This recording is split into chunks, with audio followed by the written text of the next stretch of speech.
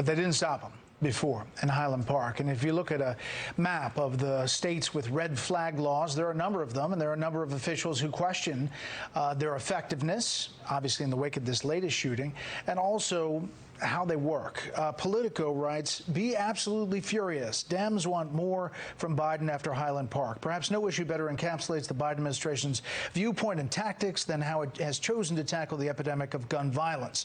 The president makes no secret of his bolder legislative ambitions, but those efforts have been stymied by Republicans in Congress, and he has had to balance dueling demands, righteous indignation of fellow Democrats, and the plodding incremental progress that comes with bipartisan compromise. With that, let's bring in our panel. Former Education Secretary Bill Bennett, Leslie Marshall, Democratic strategist, and Fox News media analyst, host of Fox's Media Buzz, Howard Kurtz. Bill, let me start with you. You know, in the wake of this Highland Park, which you just heard about red flag laws, where are you in this and how they work? Well, I think you could strengthen red flag laws. Certainly people need to pay attention to them. It's hard when parents aren't doing their job for any red flag to make up for it. Also, the police need to pay more attention. The schools need to pay more attention. Social media, you know, Facebook will take you off if you have a view of COVID that's the same as Dr. Marty McCary, but you can stay on if you're putting out some of this garbage. But frankly, I got to tell you, I've been thinking and studying about all these cases. I'm not sure we're going deep enough. Yeah, I think you need police, you need parents for sure, you need schools, you need to clean up social media.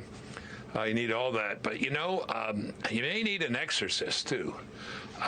Before your audience shakes its head on that, if you look at these boys, these men, these young men, they have deeply spiritual problems. Deeply. If you go into the labyrinthine caves of the internet, way down, and I don't recommend it, it's ugly stuff. And these guys dwell there. They live there. They drench themselves in it. And it's as ugly and evil as it gets. We're the ministers. We're the rabbis, the priests. Look, I don't want to suggest something that would seem farcical to a lot of your audience, but I don't think that the domain of religion ought to be involved here. It's a deeply spiritual void, I think, that these young men have in their hearts and their souls, and I think it needs to be addressed. And I don't think we get at it, frankly, with these externalities, as important as some of them may be, and they may be. We need to do it all, but we need to do more.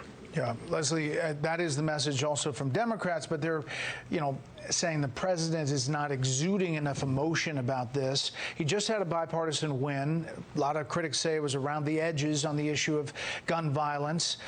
Didn't go far enough, but it was an incremental bipartisan win, which, with this separation of the majority, was seen as a victory inside. But yet he's getting hammered from the left and the right.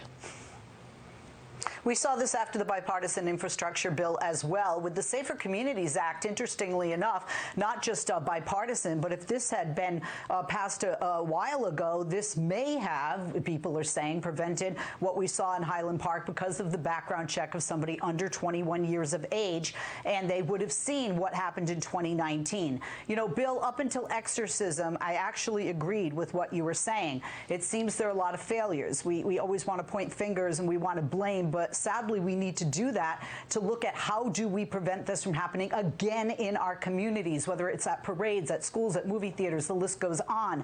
One of the areas is why on earth, and we have seen at least 3 in recent mass shootings, parents purchasing or co-signing for permits, as was the case with the father of this individual, for people that are troubled. I mean, when the police come to your house and take away your weapons, why are you helping them to obtain another weapon? Social media, we need, you know, in airports, people say, or on a plane, if you see something, say something. Well, we need to do that on the internet. If you see something, say something. We're hearing a lot of people have made, whether violent threats or very disturbing postings, that needs to be brought to someone's attention. And then, of course, the police, red flag laws can only do so much if the families don't help. But this legislation that was just passed should have been passed sooner, and I think would have been helpful. And that community is is going through that now about where the blame is, and it's obviously with this suspect, but there are other things that can change. How I want to turn, The Atlantic has a piece,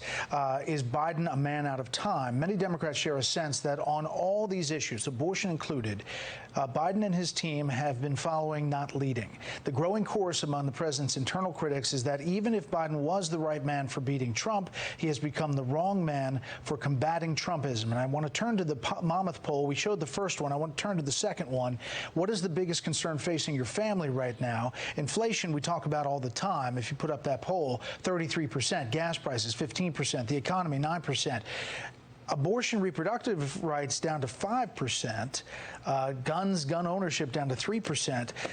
All of these polls collectively, Howie, paint a grim picture for this president and this administration. Yeah, those Rorschach numbers are brutal. And the president, Democrats are openly saying that they want a fighter, that they want to see Biden take more aggressive action. He hasn't delivered, they say, on the Roe decision, the Roe reversal, of course, which everybody knew was coming for weeks. And they want him to speak out more forcefully on the July 4th shooting. And I do want to come back for just a second, Brett, because it's profoundly depressing that this now confessed mass murderer was able to hijack the patriotic July 4th celebrations. And look, I don't want to hear any more mumbo jumbo about rules and so forth, or even red flag laws. It's common sense. The police go to his house, summoned by the family, who said they threatened to kill everyone. They could have arrested him on the spot. They could have notified other agencies. They could have put him on a no-gun purchase list. Instead, they take 16 knives and a sword, and that's it.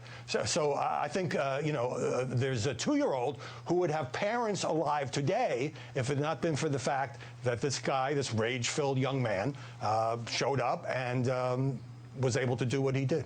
Yeah, agreed. And there was a successful stoppage in Richmond that we reported on earlier in the show. Last thing, Bill, and this has to do with the economy and oil. New York Post, Joe Biden reportedly exports 5 million oil barrels despite U.S. gas prices. U.S. Customs data showed that Phillips 66, which is the 4th largest oil refinery in the country, shipped some 470,000 barrels of sour crude from the Big Hill SPR, Strategic Petroleum Reserve storage facility in Texas, to Italy. Trieste is where oil is loaded into a pipeline that transports it to destinations in Central Europe. Here's the White House answering that. Does the president mind that some of this oil that was meant to ease pain for consumers is headed overseas? I have not seen that report, so I would honestly have to go look into it and see what the truth is in that statement that you just laid out, and see exactly what's happening. I just have not seen that report. We're going to continue to press, Bill, but saying everything he can do to bring down gas prices, and if this is true, the Strategic Petroleum Reserve was already critical, or critics were already taking aim at it as not doing that much. But if it's also going overseas, it's quite something. Yeah, and a report that it's going to China. America last, is that where we are? Is that where those strategic reserves go? There's a reason that the liberals and Democrats are turning on him and saying things like hapless and hopeless and rudderless. It's very bad. He's very bad. Brett, he couldn't get his own party to go along with his gas tax holiday, so he's seen as giving a lot of speeches but not delivering concrete action. 10 seconds, Leslie. Gas prices went down today, and I'm a pessimist. I'm not ready to throw the baby out with the bathwater yet. I have hope for our nation, for this administration. And in that poll, we show that 47 and 47 would vote Democrat or Republican in power. All right. We'll leave it on that. Panel, thank you.